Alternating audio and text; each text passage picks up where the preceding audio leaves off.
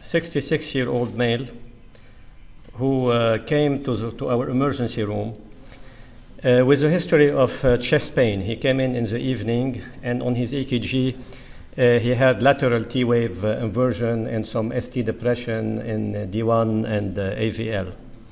He had a prior history of stent in Australia. He's an Australian guy who was in Lebanon for work. And his troponin on admission was normal.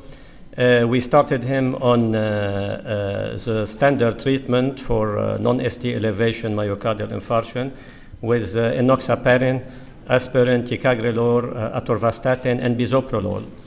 And he received a sublingual nitroglycerin, which made him pain-free. So we felt it was okay to wait for the next day to CAT him in the next morning. We did an echo that evening when he was admitted, which showed mild hypokinesis in the lateral wall with a normal ejection fraction. The next day, his chest pain recurred. He received IV nitro and became again pain-free, but the ECG during pain showed mild ST elevation in D1, AVL, and V6, which rapidly normalized. And he was brought emergently to the cath lab. So this is the LAD. How can we make it?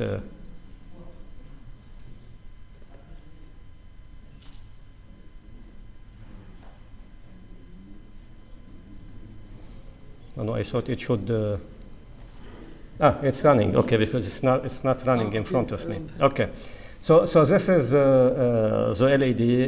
The LAD was fine, calcified. He had a prior stent in the LAD, which is patent.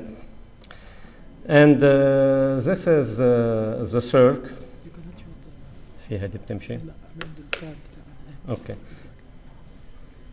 So he had this lesion, which does not look very tight, but he had ECG change in the territory, and he increased his troponin T from less than 14 to 800 the next morning. This is the lesion. It looks very simple.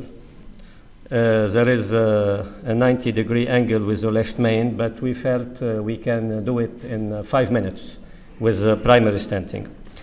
Those are some other pictures of the lesion.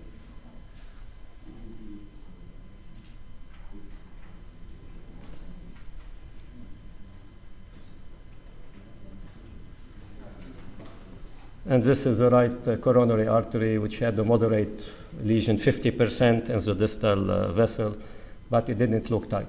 So his EKGs abnormalities and the wall motion abnormalities on the echo were in this area, and he had a rise in his troponin and had chest pain in the morning. And we decided to go ahead and stent this lesion, and as you see, it looks very extremely simple.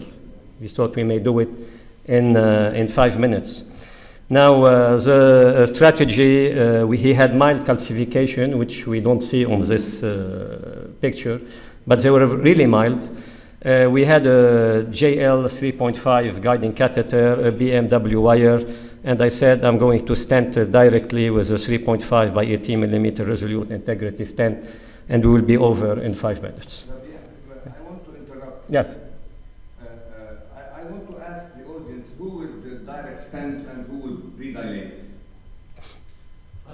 When it's focal like this, I hope it wasn't fibrotic. Better to do a pre-dilatation before stenting in this case. When it's focal like this, it's not safe to do direct stent. And I will do a pre-dilatation before stenting. Especially that calcification is very well, calcification, age, and You know, he was 66, not very old. He didn't have a lot of calcification on fluoroscopy. It looked pretty straightforward. So we said, let's stent it and finish in 5 minutes. Lovely thing, lovely comment, and we had here, so there is some hepatic dilatation just before the stenosis, which tells you that the stenosis is not very recent. It's quite an old one. So here in that case, it could be kind of inaccurate, and you will put your stent and you may not be able to expand it. So taking into account the angiographical appearance of it, I would recommend, as Michel said, to pre-dilate it. If you put a balloon at the proper arc, you are safe, you go with your stent, and that will prevent a lot of complications and headache afterwards. Just one question, because I didn't sort of anything at the inlet of the circ. Anything at the origin of the circ? Not really. I mean, there are some distal left main disease. You see it on this view. There's some distal left main disease. The origin of the circ seems fine. On fluoroscopy, there was calcification at the origin of the circ, but not very important. Okay, so we wired the lesion very easy to wire, but it was impossible to get a stent in it. So the stent was impossible to cross the bifurcation between the left main to the circ. It was impossible to cross it with a stent. Okay. Well, this is one of the questions that we want to discuss. But you know, when you see a lesion like this, I mean, you don't see much calcification. This is a JL 3.5 guiding catheter, as I said, which it's proximal lesion. It's not heavily calcified. It's focal. You know, I thought I can do it in 5 minutes. So I used this guiding catheter. Now, who would start with an extra backup guiding catheter for this lesion? Left circumflex and left joint will never go together. Don't underestimate left circumflex. You said it while you was interpreting the image. It's a 90-degree angle takeoff of that circumflex by the beginning. So you never know what kind of support you may need. It's the same cost, extra backup as compared to left joints. Having the extra backup will be in your side, will help you to manipulate further. It's a good strategy to be always safe, and as you said, to use extra backups. Sometimes you are overconfident and you say, I can cross it, and we usually don't have problems crossing it with deep throating the guide inside the left main. Now, those extra backup catheters, sometimes they can go deeply into the left main and dissect. And I have a distal plaque in the left main here. So I wasn't very enthusiastic about starting with an extra backup guiding catheter and getting deep into the left main. And I thought I will cross it easily, which wasn't the case. So whenever we try to deep throat the guide, and we even tried now to, because we could not cross, so we had to deep throat the guide into the left main, it would push the catheter outside, and we are not able to get across the angle. Now, so the question now is, what are our options to deliver a stent when we cannot deliver a stent? And this is why we are presenting this case to discuss it. Well, one of the options is to deep seat our guiding catheter and get some extra backup. And we didn't record what we did because we were not thinking of presenting this case here. So we tried to deep throat our guide and get to the ostium of that circ and then push the stent in. But whenever we push the stent in, it will push the guiding catheter back. The second option was to use an extra backup guiding catheter, but I said, well, I'm in, let's try to manage it differently. Let's get a body wire. It's faster than changing our catheter and starting a new strategy all over again. So, yeah. Ask the question, is there any spider view, a golden view to be sure that we clear that ostium and it's only okay, let me show you the views we have. So this is it working? Let's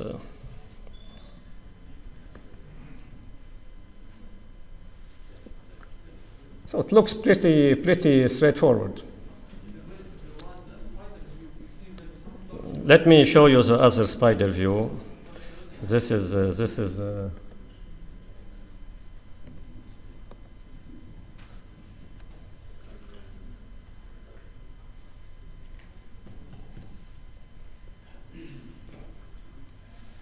a spider view. No, really, there wasn't any tortuosity. It was a 90 degree angle.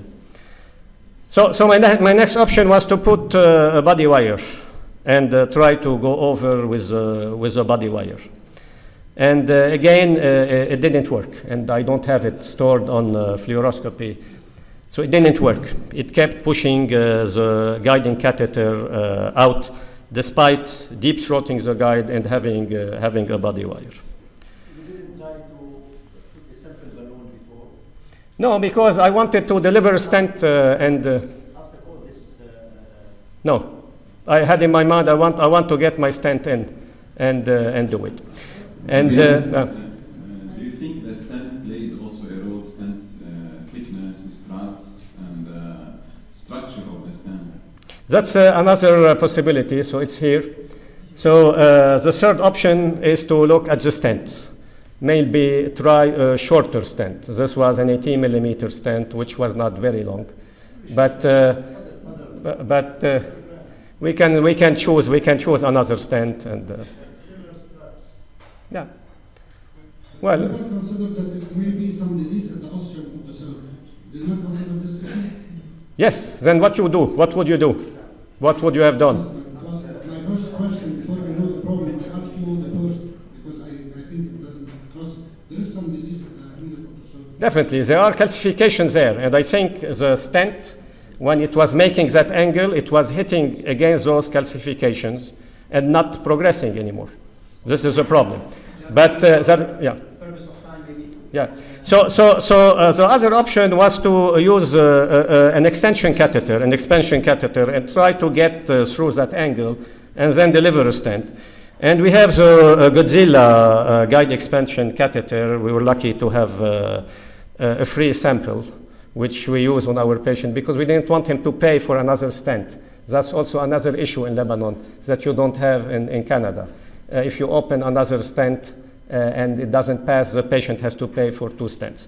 So luckily we have this catheter, but even with this catheter, expansion, as you see here, the guiding catheter is there, and this is the Godzilla. So the Godzilla pushed the guiding catheter outside and did not go through.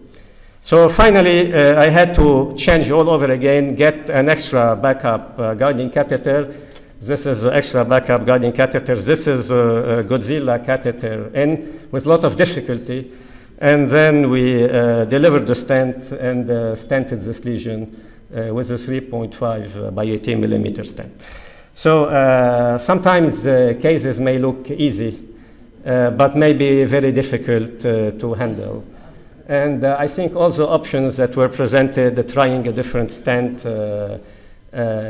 all of them are appropriate. In this case, this expansion catheter helped us reach the lesion and stent it. Thank you very much. Okay.